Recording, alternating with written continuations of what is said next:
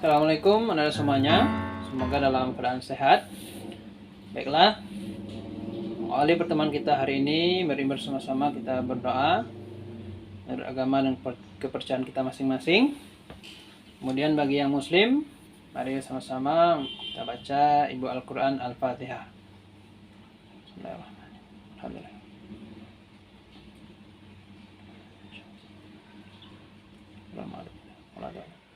Amin ya rabbal alamin. Baik anak semuanya, tanpa mengurangi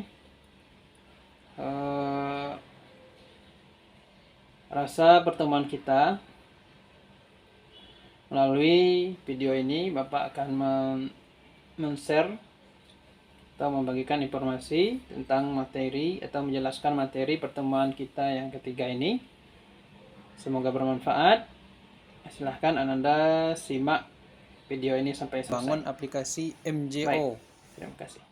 Atau biasa disebut mesin jual otomatis. Nah, inti dari perangkat lunak ini kita membuat mesin jual otomatis untuk memenuhi kebutuhan perusahaan dalam rangka meningkatkan hasil penjualan dan bagaimana meningkatkan layanan yang baik terhadap konsumen. Nah, dengan adanya mesin ini memudahkan perusahaan untuk melayani konsumen. Kemudian bagaimana perusahaan ini lebih cepat pekerjaannya. Nah, itu salah satu keuntungan dari MJO ini. Nah, kemudian batasan masalahnya bahwa mesin ini dibuat untuk melayani konsumen yang ingin membeli produk makanan, misalnya minuman, rokok, ya, surat kabar secara otomatis. Kemudian uang yang digunakan untuk melakukan transaksi pada mesin ini adalah uang koin misalnya, ya, dengan pecahan 100, 500, 1000. Nah, itu contohnya. Kemudian proyek ini meliputi pengembangan secara lengkap. Nah, dari mesin jual otomatis ini meliputi pertama spesifikasinya, kemudian perancangan, implementasi serta pengujian dari sebagian produk MJO. Nah, ya, apa saja yang diperlukan dokumentasinya? Harus menyerahkan dokumen-dokumen sebagai berikut. Yang pertama, adanya dokumen analis,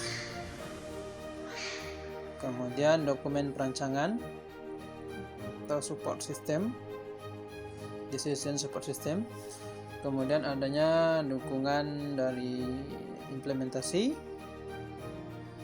kemudian dukungan pengujian.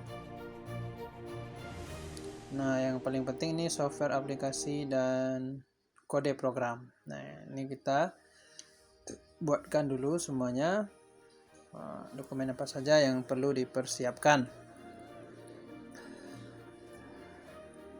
Oke.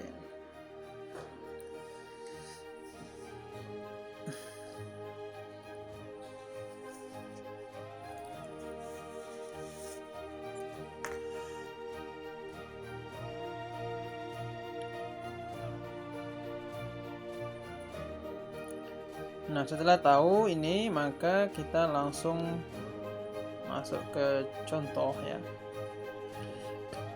proyek perangkat lunak yang harus kita buat.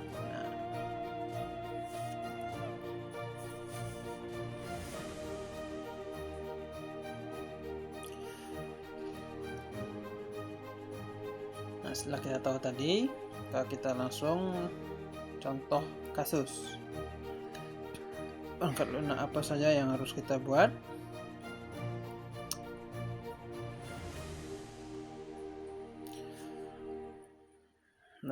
Pada pertemuan ini kita akan tunjukkan atau berikan beberapa contoh kasus agar meningkatkan pemahaman kita tentang bagaimana kita memerlukan rekayasa perangkat lunak ini.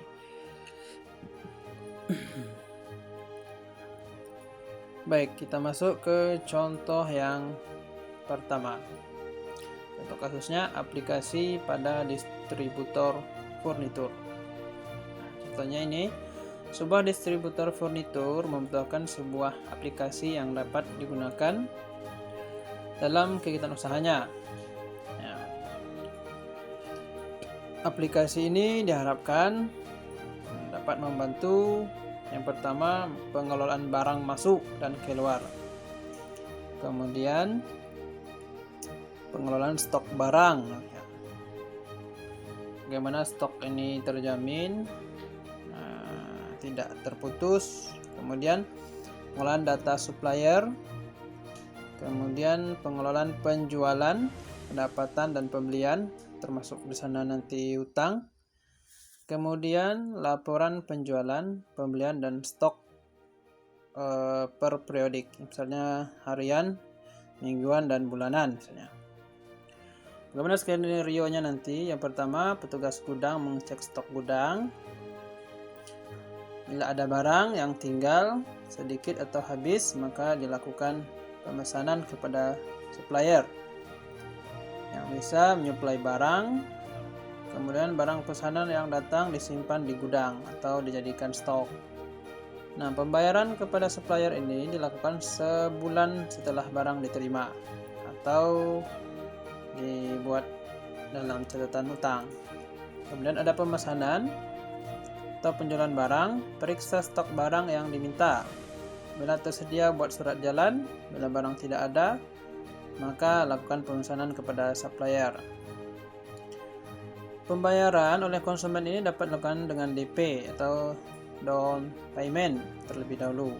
Kemudian sisanya dilunasi setelah barang sampai di alamat. Nah, begitu kira-kira alurnya ya. Kemudian contoh kedua, rental CD di PCD atau DVD. Nah, sebuah rental CD, PCD, DVD menyediakan layanan pinjaman ya, CD, PCD dan DVD kepada siapa saja anggotanya yang ingin meminjam. Kemudian untuk mendukung kegiatan usaha ini diperlukan sebuah perangkat lunak yang dapat digunakan untuk memudahkan kegiatan operasional. Bagaimana kegiatannya? Yang pertama, mengelola data anggota atau pendaftaran ya, dan koleksi. Misalnya di sini ada bisa menginput, bisa mengedit dan menghapus data anggota. Kemudian yang kedua, transaksi peminjaman, laporan data anggota ya, dan seterusnya. Contohnya di sini keterangannya, pendaftaran anggota pertama dikenakan biaya 20.000, ya pinjam 2.500. Kemudian periode anggota ini berlaku selama 1 tahun. Kalau nanti dia ingin perpanjangan anggota ke tahun berikutnya, maka dikenakan biaya 10.000. Nah, itu salah satu contoh daripada aplikasi perangkat rekayasa perangkat lunak.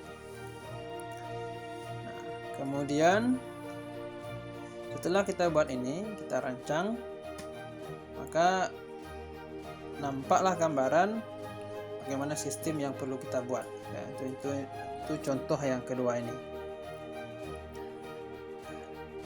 Kemudian diharapkan sistem ini juga bisa membantu yang pertama tadi memudahkan, kemudian ada backup data. Selanjutnya kita contoh yang ketiga, flag reservation system.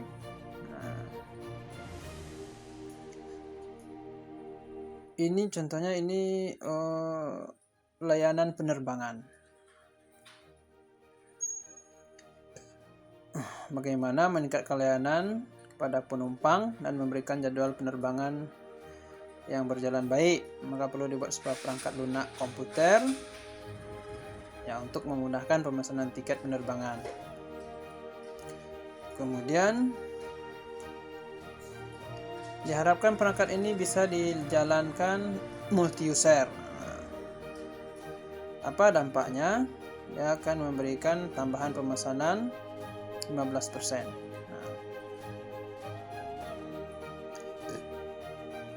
Itu contohnya.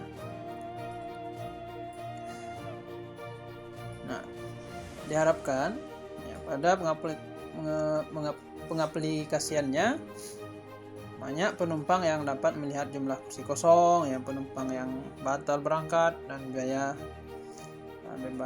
beban sebesar 10%.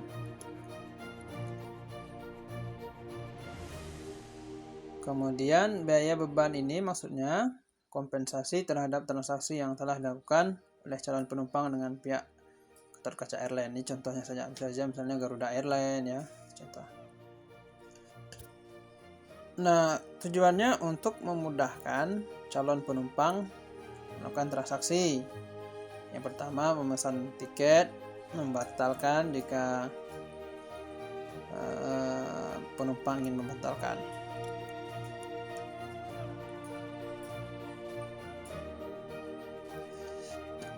Nah, keuntungannya lagi, penumpang tidak perlu antri, gitu ya, untuk memesan tiket. Itulah beberapa contoh penerapan daripada software perangkat lunak di perusahaan. Nah, mudah-mudahan ada manfaatnya. Kemudian silakan Anda kembangkan contoh-contoh yang lain dalam kehidupan sehari-hari. Demikian saja materi kita pada pertemuan ketiga ini, semoga bermanfaat. Kita akhiri. Alhamdulillahirrabbilalamin. Assalamualaikum warahmatullahi wabarakatuh.